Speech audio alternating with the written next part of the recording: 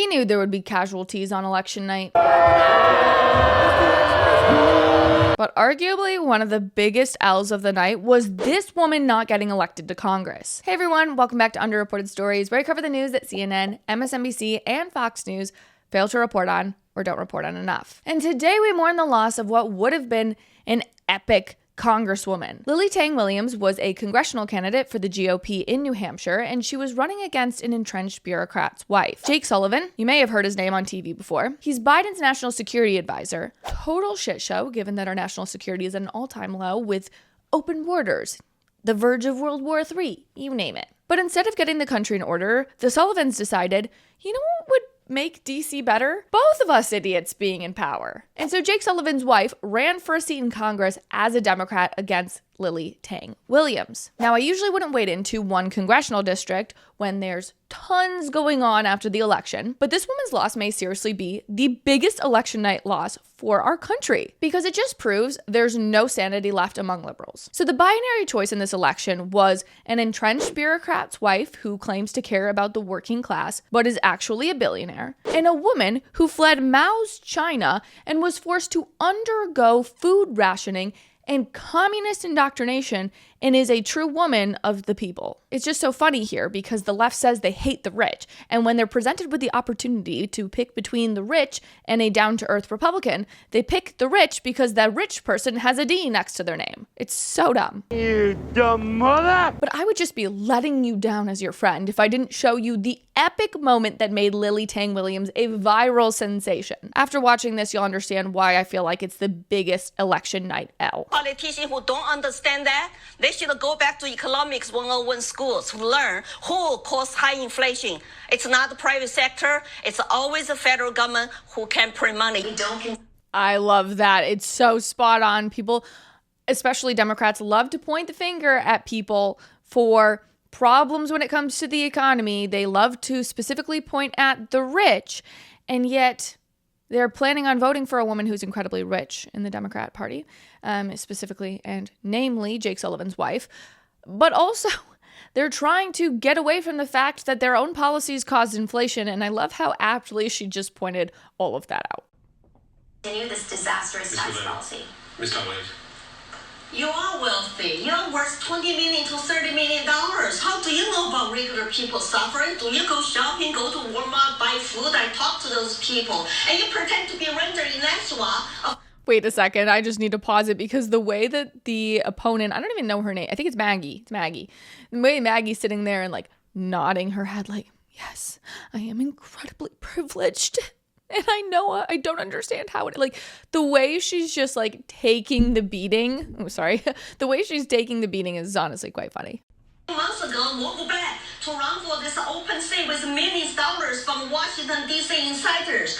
And the millions of dollars. I don't have money to run a TV ad.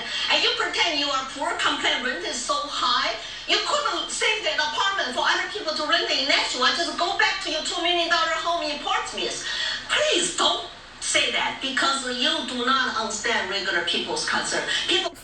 I love that she's calling her out, that Lily is calling Maggie out for being so insincere about her money. And it's again to my point that like Democrats love to say they want to eat the rich, they hate the rich, until of course that rich person has a D next to their name, in which case they're happy to vote for them and not take any issue with the fact that rich people maybe, you know, as Lily was pointing out, increasing the rent prices in specific areas and maybe difficult to afford areas like Nashua, New Hampshire. And yet this woman has no problem moving from her $2 million mansion to a apartment complex and kind of teetering back and forth, maybe driving up rent prices, having an impact on people in her community. She doesn't understand when you have that much money, when you have that much power, Democrats love to make the argument that you're out of touch until, of course, they want to vote for you. Crying in my arms on this issue is just so dead wrong. You know, early in my career, if I could finish, please. Early in my career, I worked for Senator John McCain to take on Vladimir Putin. I'm banned from Russia for life because of that work. And I believe deeply in the cause of freedom in Ukraine. Ms. Tang Williams, 30 seconds. You math cannot add up, okay? And I'm very good with math. Maybe that's stereotype for aging Americans. I love it. I love that she's like, so self-deprecating, and she doesn't have a problem with being self-deprecating. We need to bring that back to American politics so desperately. Self-deprecating humor is quite literally my favorite humor, and it's so relatable, and the idea that she can just make Asian jokes about herself is so great. And it's really funny because the Democrat in the race could hypothetically do this as well, like poke fun at her. They can make fun of each other. Like that could be possible, but the Democrats always seem to take themselves so incredibly seriously, especially when it comes to the issue of race, that they never actually enjoy the campaigning process. This woman can't actually engage in the self-deprecation because she's like, well, I'm just a white woman. I wouldn't want to say anything offensive. It's like, yeah, that's why you're so not relatable. You're so afraid of pressing the bar or being funny or being real that you come across as a stick. And that's how this debate went. I mean, this is what made Lily Tang so viral and so funny is she just pushed the bar every single time and said what was on her mind. I'm obsessed. If you want to pay all the stuff you want to pay, then do your math. How are we going to pay for it? Show me the path. Borrow money from China or print money to drive up inflation. Well, in Maggie's defense, math is racist, so she can't do math, Lily, actually. I don't know if you knew that, but math is racist. Telling people that 2 + 2 = 4, it's a no-no, actually. So that's why Democrats can't do math, because they think it's racist. And you say Ukrainian flag everywhere in Nashua. I have not seen that many. As I said, if Democrats want to do this, billionaires want to do this, neocons want to do this, please do. Donate your own money. So many people have died. It's time to bring peace and talk to the table. President Trump is talking about he will be for peace deals as soon as he gets elected. We cannot afford to engage in endless wars. Well, I think that's the other thing, too, is that Lily doesn't go off and blame necessarily just the Democrats. She is a very principled person. You can tell in just like the 2 minutes that we've watched her. She's incredibly principled about the fact that she wants to end endless war. She wants to stop all of this. That includes, I know that Maggie, the other candidate, the Democrat, she invoked working for John McCain. Okay, well, it's not like John McCain is this popular figure in Republican politics. I don't think you're going to have independents going, well, she worked for John McCain, so she's for the people. No one's thinking that anymore, especially your disaffected voters are generally speaking people that feel like the neocons have done them wrong. It's the uniparty. They're against the uniparty. You can say that that's a MAGA talking point.